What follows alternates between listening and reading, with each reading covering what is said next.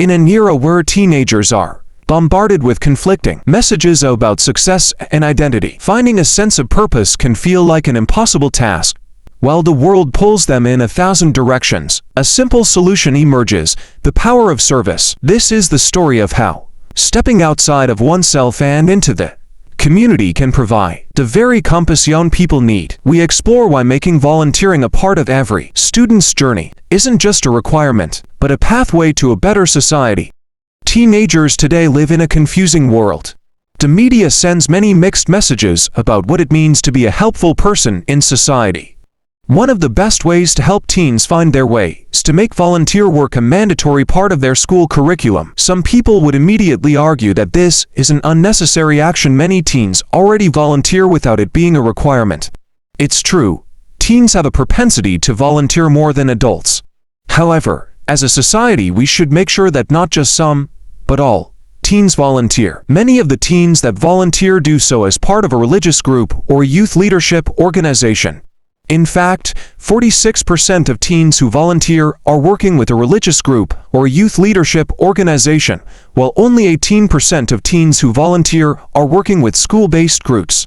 This shows that clearly the best way to include all teens in the benefits of volunteering is to add mandatory volunteer work to the school curriculum. There are many benefits to volunteering. One obvious benefit is that volunteering helps the community. Volunteers help the elderly, the disabled, and children. Furthermore, many people are able to receive food and medical assistance that they would not receive otherwise thanks to the hard work of volunteers. And let's not forget the environment. Volunteers make our world a cleaner place by doing things like picking up trash and teaching others about recycling. However, volunteering brings advantages that many people don't think of right away. Benefits to the volunteers themselves. According to the United Way, volunteering helps people make important networking contacts, develop new skills, gain work experience, and enhance their resume. All of these benefits are crucial to teens who will soon be entering the workforce. The United Way also says that volunteering gives people the opportunity to teach their skills to others and build self-esteem and confidence. These two benefits are helpful to teens who are developing their social skills. Finally, the United Way says that volunteering improves people's health and helps to make a difference in someone's life, benefits that are wonderful for volunteers at any age. Most people agree that teenagers today live in a difficult world.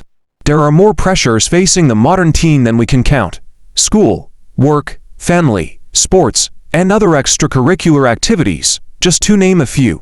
However, some people think that we should add to that load of pressures by making volunteer work a mandatory part of the school curriculum. The most compelling argument against making volunteer work a mandatory part of school curriculum is time.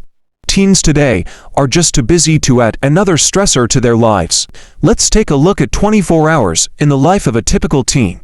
Allocate 8 hours per day for sleep, 8 hours for school including getting ready and travel time, 3 hours for homework, 2 hours for activities such as sports or a part-time job, 2 hours for dinner and family time, and 1 hour for socializing.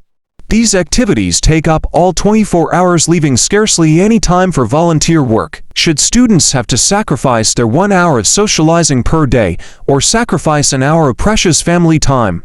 These options just don't make sense. Another problem with making volunteer work a mandatory part of curriculum is that it defeats the purpose of volunteering in the first place.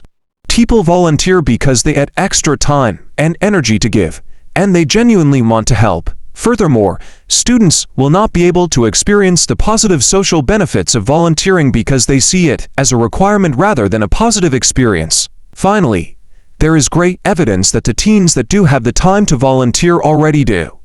In 2005, an estimated 15.5 million teens between the ages of 12 and 18 volunteered, 55% of youth, compared with 29% of adults. Ultimately, mandatory volunteering is about more than just filling hours. It's about building character and fostering empathy. By making service a cornerstone of education, we empower the next generation to see themselves as vital parts of a larger whole. It is a reminder that when we teach our youth to give back, we aren't just helping the community, we are helping them discover the best versions of themselves.